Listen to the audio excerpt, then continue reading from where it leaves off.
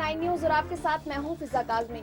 पश्चिम बंगाल में ममता बनर्जी को ललकार कर जेपी नड्डा को दिल्ली लौटे अभी 24 घंटे भी नहीं बीते कि बंगाल की सियासत में हलचल मचाने अब प्रधानमंत्री मोदी दिल्ली से पहुंच रहे हैं। पीएम नरेंद्र मोदी दोपहर को सीधे असम से हल्दिया पहुंचेंगे। अभी 15 दिन पहले ही पीएम मोदी सुभाष चंद्र बोस की जयंती पर बंगाल में थे। एक पखवाड़े के अंदर मोदी के दूसरे दौरे से बंगाल का चुनावी तापमान और भी बढ़ गया है। हल्दिया की धरती पर कदम रखने के बाद प्रधानमंत्री मोदी सीधे मां माटी मानुष से लेकर बंगाल की संस्कृति के पन्ने पलटेंगे और एक बड़ी जनसभा को संबोधित करेंगे। पश्चिम बंगाल विधानसभा चुनाव के लिए पीएम की ये पहली चुनावी सभा होगी। इस जनसभा में 2 लाख से ज्यादा लोगों के पहुंचने का दावा किया जा रहा है। चुनाव से पहले पीएम मोदी बंगाल और देश को कई सौगात देने जा रहे हैं। पीएम ने ट्वीट कर कहा कि मैं हल्दिया पश्चिम बंगाल में रहूंगा, वहां बीपीसीएल की ओर से निर्मित एलपीजी इंपोर्ट टर्मिनल को राष्ट्र को समर्पित करूंगा।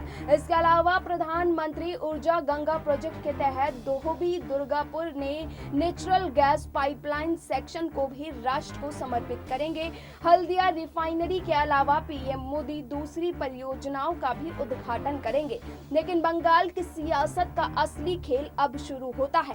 हल्दिया में पीएम मोदी का कार्यक्रम जारी है। सरकारी प्रोटोकॉल के मुताबिक इसमें शामिल होने के लिए मुख्यमंत्री ममता बनर्जी को भी न्योता भेजा गया है। लेकिन सूत्रों की मिली जानकारी के मुताबिक ममता बनर्जी के कार्यालय ने पीएम को बता दिया है कि वो इस सरकारी कार्यक्रम के दौरान मौजूद नहीं रहेंगी। आखिर ममता बनर्जी पीएम के साथ एक सरकारी मंच पर मौजूद क्यों नहीं रहना चाहती हैं?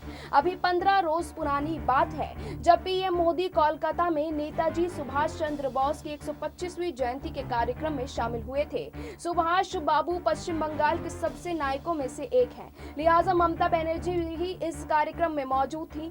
बंगाल सरकार ने इस कार्यक्रम को अलग से ही मनाया था। 23 जनवरी को विक्टोरिया हॉल में जैसे ही ममता के बोलने की बारी आई, कार्यक्रम में मौजूद कुछ लोगों ने जय श्री राम का नारा लगाना शुरू कर दिया। इससे ममता बनर्जी बेहद भड़क गईं और भाषण देने से ही इनकार कर दिया। ममता ने पीएम के सामने ही अपने गुस्से का इजहार कर दिया और कहा कि सरकारी कार्यक्रम में इस तरह की बुलाकर बेइज्जती करना ठीक नहीं है। अब जब पीएम मोदी के साथ ममता को लेकर एक बार फिर से मंच साझा करने का मौका आया तो उन्होंने इनकार कर दिया है। पश्चिम बंगाल चुनाव को बीजेपी आक्रामक तरीके से लड़ रही है। 294 सीटों वाली विधानसभा में बीजेपी का टारगेट 200 प्लस सीटों का है और इसके लिए बीजेपी आक्रामक रणनीति अपना रही है। लेकिन टीएमसी का दावा है कि इस चुनाव में बीजेपी 2.5 अंक तक नहीं पार कर पाएगी। फिलहाल अभी के लिए इतना ही, लेकिन देश और दुनिया की तमाम बाकी खबरों के लिए आप जुड़े रहिए SPN9 न्यूज के साथ।